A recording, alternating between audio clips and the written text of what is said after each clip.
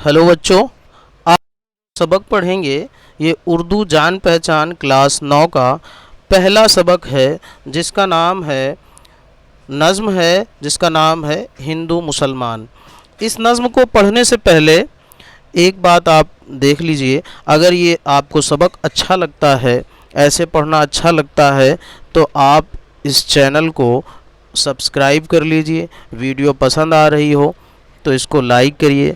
अगर इसमें कुछ और बदलाव किया जा सकता है तो वो कमेंट करके बताइए।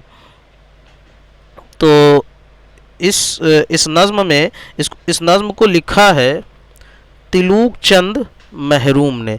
तिलूक चंद इनका नाम है, महरूम इनका तखल्लुस है। तो चलिए इस नज़्म को हम शुरू करते हैं। नज़्म शुरू होती है यहाँ से। हिंदू मुसलमान है भाई भाई, तफरीक कैसी कैसी लड़ाई। हिंदू हो या कोई हो मुसलमान, इज़्ज़त के काबिल है बस वो इंसान। यहाँ शायर कह रहे हैं चाहे हिंदू हो चाहे मुसलमान हो, तफरीक का मतलब होता है फ़र्क। कोई फ़र्क नहीं है और किस बात की लड़ाई, कोई फ़र्क नहीं है किस बात की लड़ाई। हिंदू हो या कोई हो मुसलमान, इज़्ज़त के काबिल है बस वो इंसान। कौन सा इंसान, आगे देखते हैं। नेकी हो जिसका कारे नुमाया, नेक काम करना जिसका काम हो। औरों की मुश्किल हो जिससे आसान, वो ऐसा नेक काम हो जिससे औरों की, दूसरों की मुश्किल आसान होती हो। हर एक से नेकी सबसे भलाई, और वो ऐसा इंसान हो जो हर एक से नेकी करता हो और सबसे भलाई करता हो। हिंदू मुसलमान सब भाई भाई, ऐसे हिंदू मुसलमान आपस में भाई भाई हैं। अब आगे क्या है। दोनों का मस्कन हिंदोस्तान है, दोनों का मस्कन हिंदोस्तान है। यहाँ जो लफ्ज़ मस्कन है इसका मतलब होता है घर। हिंदोस्तान हमारा मुल्क, हिंदू और मुसलमान दोनों का घर हिंदुस्तान है। दो बुलबुलें एक गुलिस्तान है। यहाँ बुलबुल एक चिड़िया होती है खूबसूरत सी, जिसकी आवाज़ बहुत अच्छी होती है, और दो बुलबुलें हैं और एक गुलिस्तान है। ये गुलिस्तान जो लफ्ज़ आया है हिंदुस्तान के लिए आया है, और दो बुलबुलें हिंदू और मुसलमान के लिए आया है। तो ये एक गुलिस्तान है, फूलों का बगीचा है। गुलिस्तान का मतलब फूलों का बाग है, और यहाँ पे दो हिंदू मुसलमान रहते हैं। एक सरजमीन है एक आसमान है, एक आसमां है। और फिर शायर कहते हैं तिलूक चंद महरूम की एक ही सरजमीन है, ज़मीन एक ही है और एक ही आसमान है, दोनों का एक यकजा सूदो ज़िया है। फिर शायर कहते हैं दोनों का एक ही जैसा फ़ायदा और नुकसान है। सूदो ज़िया का मतलब होता है फ़ायदा और नुकसान। सूद का मतलब फ़ायदा, ज़िया का मतलब नुकसान। अगला लफ्ज़ है, अगला शेर, अगले बंद हैं कुछ, दो तीन शेर बचे हैं, दो तीन मिसरे। ना इत्तेफाकी आज़ारे जाँ है, ना इत्तेफाकी आपस में मेल ना होना आज़ारे जाँ है, जान के लिए नुकसान है। मिलजुल के रहना है कामरानी, और मिलजुल के रहना, आपस में एक साथ रहना, ये कामरानी यानी कामयाबी है। हिंदू मुसलमान है कौमें पुरानी, और हिंदू और मुसलमान ये आज की कौमें नहीं है, ये दोनों पुरानी कौमें हैं। तो ये नज़्म यहाँ पे ख़त्म हुई। अब इसमें सवाल जवाब हैं, इसको देख लेते हैं। इज़्ज़त के काबिल कौन है, ये पहला सवाल इसमें आएगा। इज़्ज़त के काबिल कौन है, तो हमें जवाब क्या देना होगा, देखते हैं। दूसरों की भलाई चाहने दूसरों के काम आने वाला हर शख्स इज़्ज़त के काबिल है।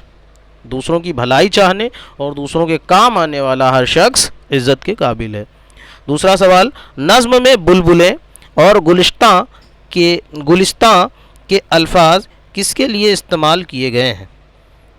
ये जैसा कि हमने खुलासा के वक्त पढ़ा भी था, इसको बताया भी था। नज़्म में बुलबुलें और गुलिस्तां के अल्फाज हिंदू और मुसलमान कौम के लिए इस्तेमाल किए हुए हैं। मुतहदा तौर पर یہ دونوں قومیں بلبل کی طرح ہیں جن کا مسکن یعنی گلستان متحدہ ہندوستان ہے۔ تو یہ نظم میں بلبلیں جو ہے ہندو اور مسلمان کے لیے اور گلستان لفظ ہندوستان کے لیے استعمال کیا گیا ہے۔ اگلا سوال، نا اتفاقی کو آزار جاں کیوں کہا گیا ہے؟ سوال یہ ہے کہ نا اتفاقی کو آزار جاں کیوں کہا گیا ہے؟ جس کا جواب ایسے لکھیں گے، نا اتفاقی کو اس لیے آزار جاں کہا گیا ہے کیونکہ یہ انسان کے لیے نہ صرف مشکلات کا سبب ہے بلکہ نا اتفاقی کی وجہ سے کوئی قوم بہت جلد بیرونی سازشوں کا شکار بھی بن جاتی ہے۔ اگر آپ میں میل ملاپ اور وہ نہیں اتفاق نہیں ہے تو کوئی بھی باہر کا بیرون کا آپ کے ساتھ سازش کرے گا اور پھر آپ مٹ جاؤ گے، چاہے قوم ہو یا گھر۔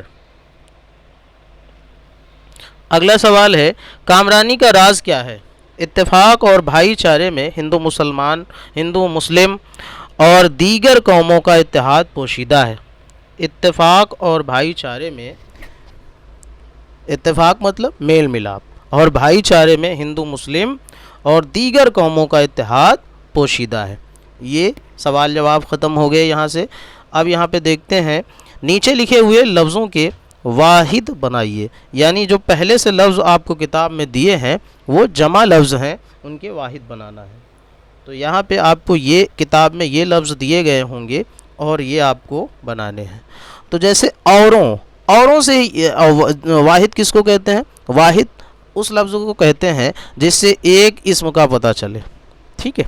اور جمع کس کو کہتے ہیں؟ اس لفظ کو کہتے ہیں جس سے ایک سے زیادہ اسم کا پتہ چلے۔ تو اوروں سے لگ رہا ہے کئی لوگوں کی بات کی جا رہی ہے، تو اس کا واحد اور ہو جائے گا۔ بلبلیں، اس میں تو سیدھا ہے، بلبلیں دو لوگوں کے لیے استعمال کیا، نظم میں ہی آیا ہے۔ بلبل ایک، نیکیاں بہت ساری نیکیاں، نیکی ایک، قومیں بہت ساری، قوم ایک۔ تو یہ ہو گیا واحد جمع۔ اب لکھا ہوا ہے، نیچے لکھے ہوئے لفظوں کے متضاد بنائیے۔ تو اتفاق، نا اتفاقی، آسمان، زمین، اس میں کیا ہوتا ہے؟ متضاد ایک دوسرے کی ضد، جو ایک دوسرے کے اپوزٹ ورڈ ہوں۔ آسان، مشکل، کامرانی، ناکامی، عزت، ذلت۔ یہ ہمارا پہلا سبق ہے، اس کے بعد بھی میں آگے ویڈیو بناتا رہوں گا، لیکن آپ کو کرنا یہ ہے کہ اگر آپ کو اچھا لگتا ہے تو آپ اس چینل کو سبسکرائب ضرور کر لیں اور کمنٹ میں بتائیں کہ اس میں اور کیا سدھار کیا جا سکتا ہے۔